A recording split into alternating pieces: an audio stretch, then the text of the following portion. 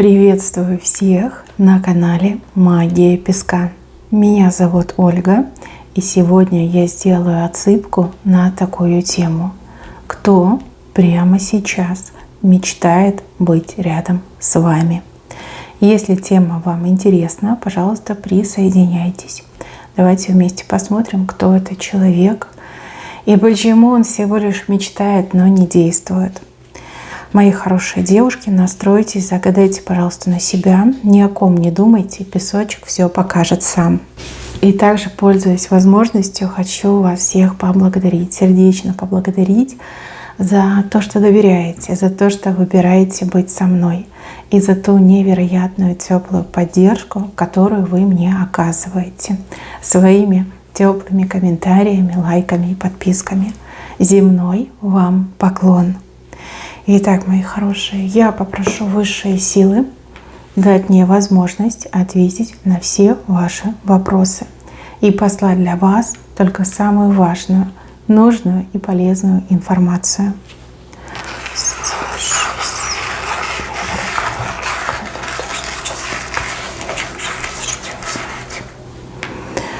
Угу. Вот видите, ботинок в обратную сторону смотрит. Вы отвернулись от этого человека, отвернулись. Тот, кто сейчас мечтает быть с вами вместе, рядом, вы от этого человека сознательно, осознанно отвернулись. Чем-то он вам не угодил, либо что-то такое непростительное сделал, и вы не захотели. Вы этого мужчину не захотели. Он бы и рад, да, рад, но вы не хотите. Вы его, грубо говоря, вот пендалем, да, от себя отстранили, либо одели свои ботиночки и куда глаза глядят, от него подальше. Мужчина здесь непростой вышел. Мужчина любимчик женщин, хочется так сказать. Он над женщинами как будто бы власть имеет. Как будто бы он женщинами управляет, как манипулирует. Знаете, вот как кукловод дергает за веревочки. И женщины ради него, во-первых, они ему верят безгранично, а во-вторых, ради него они как бы на все готовы. Мужчина такой, знаете, страстный, он быстро зажигается, возгорается и также быстро тухнет. Мне вообще идет вот как с вашей стороны, что вы к нему относитесь как к какому-то коллекционеру женских сердец. И вот вам достоверно известно, что он не одно женское сердце разбил, а свое сердце вы на поругание ему не дали. Скорее всего, вы были знакомы с ним, с его, вернее, репутацией. И когда он начал за вами ухаживать, он ухаживал за вами, вы были непреклонны. Просто непреклонны. Либо вы быстро раскусили, что ему нужно. Желание завлечь, соблазнить женщину, да, провести с ней время, а потом, значит, дальше идти. Как-то вы быстро поняли, что ему нужно. Может быть, вы в людях очень хорошо разбираетесь, либо вы людей читаете, что у них там внутри. Да, вы такая, вас сложно в этом плане обмануть. Тут и опыт чувствуется, и какие-то прям способности, умения, способности, да, видеть людей, видеть их желания, видеть их насквозь. Вот так мне идет. Тот мужчина, он за вами ухаживал, он пытался вас действительно соблазнить, он пытался всячески вас якорить, эмоционально, тактильно, да, чувственно пытался вас якорить, но у него не вышло. Вы не из того теста, вы не кисейная барышня, и вы себе цену знаете. У вас броня, да, броня по отношению к таким мужчинам. Мужчина такой, да, симпатичный, но с другой стороны, он несерьезный, он не постоянный, он похож на этот флюгер, да, который крутится в разные стороны и сам не знает, чего ему нужно, либо какой ветер подует, в какую сторону. В принципе, я могу так сказать, что он вам симпатичен был, либо даже до сих пор есть. То есть вы отдаете дань тому, что у него все-таки мордашка симпатичная. Но с другой стороны, таких мужчин вы, скорее всего, на дух не переносите. Либо вот эта игра, которую он начал с вами, если бы он по-нормальному, по-серьезному, по-адекватному, может быть, что-то получилось бы. Но вы сразу поняли, что он играет, и вас как отрезало от него. Но есть одно «но», о котором вы должны узнать. Во-первых, вы должны узнать, что вы единственная женщина, которая этого мужчину зацепила. Зацепила вот по-настоящему, прям в самое сердечко.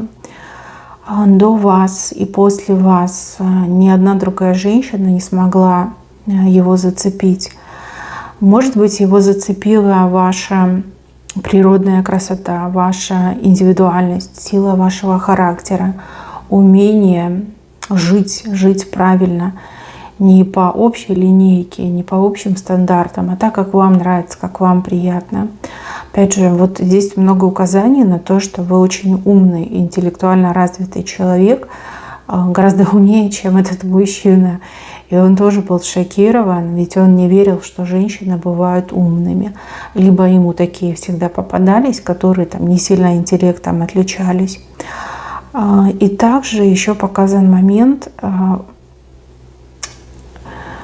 вот какого-то как родства. Он к вам какое-то особое родство почувствовал. Я не знаю, как это объяснить, но с вами ему хотелось стать, либо быть лучшей версией себя. Да?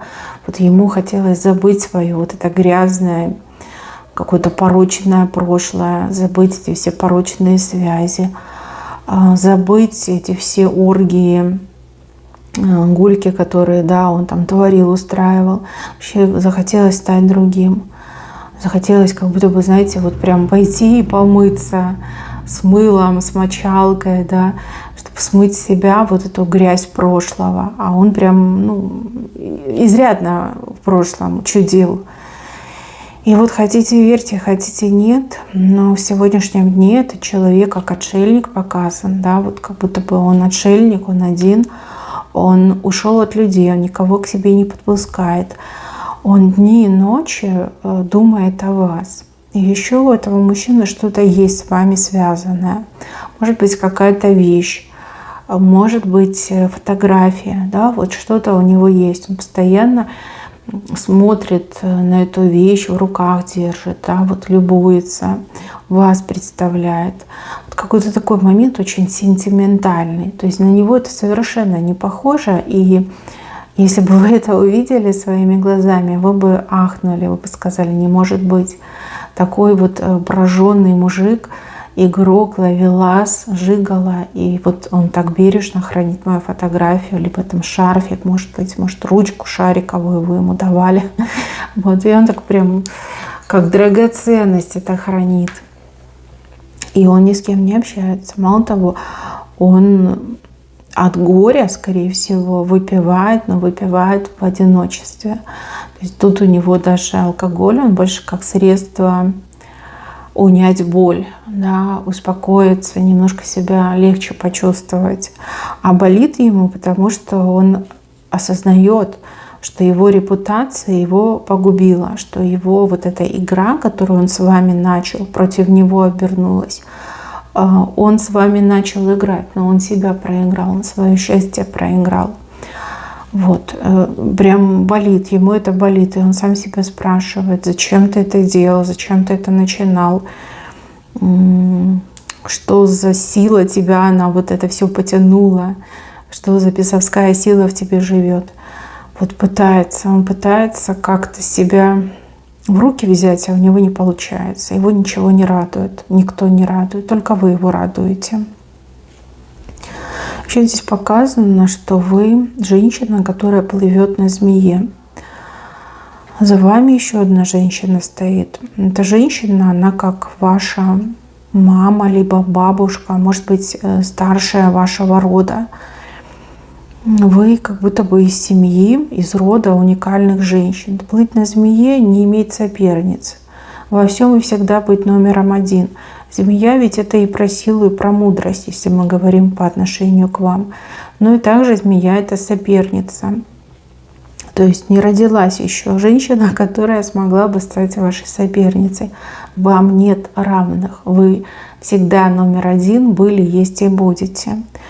Вот такие гены у вас, либо такая сила, такой род у вас, да, вот такие женщины, которые не прощают там загульных мужиков, не прощают измены, предательства не прощают. И в этом ваша, кстати, сила. Но опять же, на Востоке змея считается символом не только мудрости, но и красоты. И в некоторых восточных странах типа комплимент такой есть, да, вы прекрасны, как змея. И это, конечно, для нас звучит очень удивительно и необычно, но мне кажется, что именно песок вас откомплиментил, да, он сделал вам комплимент, что вы не только мудрая, но и прекрасная, как змея. Ну и также, что вот нет у вас конкуренток, вы вот одна единственная в своем роде. Не было, нет и никогда не будет. Ни одна женщина с вами не сравнится. Ни умом, ни красотой, ни силой. Это то, что вы должны про себя знать. Мужчина это видит. И ему больно от того, что он допустил такую роковую ошибку, от того, что он вас потерял. И я вам так скажу, если вдруг случится чудо, да, и поэтому мужчине просто, даже не скажете, намекнете, да, что вы готовы с ним встретиться, вот где бы он ни был, где бы он ни находился, даже на другом краю земного шара, вот он все бросит, и чего бы это ему ни стоило, будет со всех сил мчаться к вам. Любые деньги отдаст, любые деньги потратит, лишь бы рядом с вами быть. Он просто знает, что вы его не примете, он просто знает, что вот этим ботинком по зубам получит, если он к вам приблизится. Да? Может быть, вы ему такой ультиматум поставили, да? Не подходи ко мне, не подходи, иначе будет плохо. Да?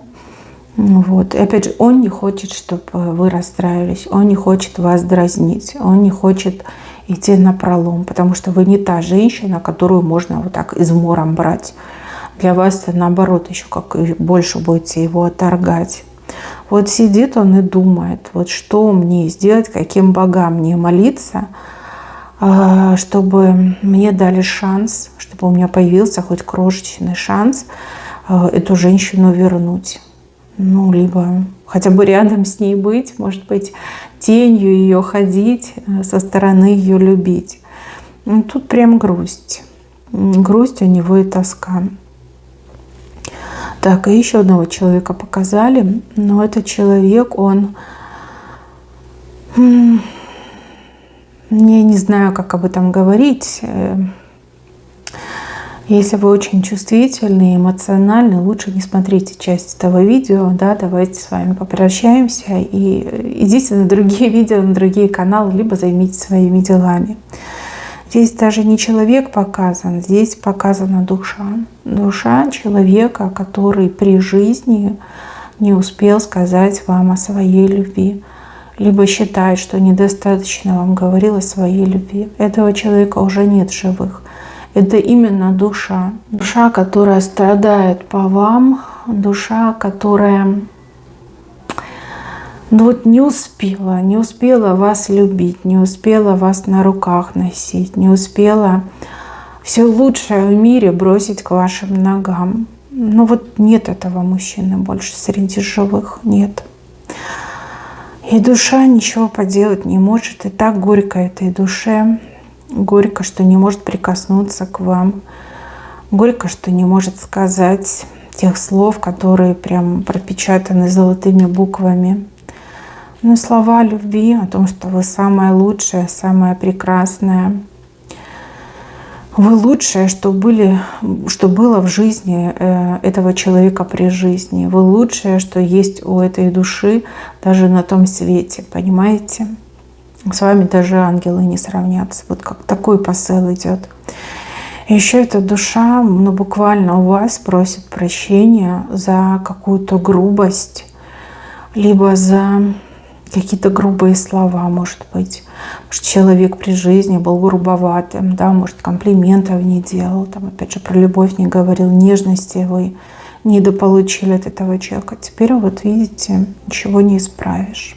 Душа, она как будто бы надеется на следующее воплощение, на птиц надеется. Птица — это следующее воплощение, что в будущем воплощении, в будущей жизни Вот, может быть, Господь смилуется, даст возможность вам опять быть рядом, либо по жизни идти рядом. Вот на это душа надеется. Да, кто-то покинул наш мир и не успел сказать вам о любви, и не успел вам подарить праздник жизни, да, превратить вашу жизнь в сказку. Может быть, это ваш усопший партнер, муж. Может быть, это парень, с которым вы встречались. Но вот что-то есть в этом. Это очень болит, и мне очень сложно об этом говорить, потому что я чувствую боль этой души. Эта душа всегда рядом наблюдает. Это как будто бы ваш второй ангел-хранитель. Вина, да, вину чувствует эта душа. Болит вина, жжет. Вот то, что не сказал про любовь, то, что не сделал, может быть, что обещал. Может, обещал вам этот человек что-то и не успел сделать при жизни. Теперь так больно, и ничего нельзя исправить, да, потому что с того света ничего не сделаешь. Но с другой стороны, это как ваш второй ангел-хранитель. Я думаю, что вы понимаете, о ком речь идет. И вы можете позволять этой душе быть к вам ближе, либо больше вас защищать и заступаться за вас. Просто призывайте имя этого человека, вспоминайте этого человека. Тогда у души больше как полномочий, либо возможностей откроется, да, влиять, помогать, защищать. Ну, вот как второй ангел-хранитель идет этот человек, вернее, душа этого человека. Ну, мои хорошие, что вышло, то вышло. У меня не было цели вас расстроить, либо опечалить, но именно такая информация пришла. И я как медиум просто обязана говорить то, что я вижу. И я не могу от вас скрывать, либо умалчивать, да, то, что я вижу. Мои хорошие, на этом все. Берегите себя. Всем спасибо за внимание. Всем пока-пока.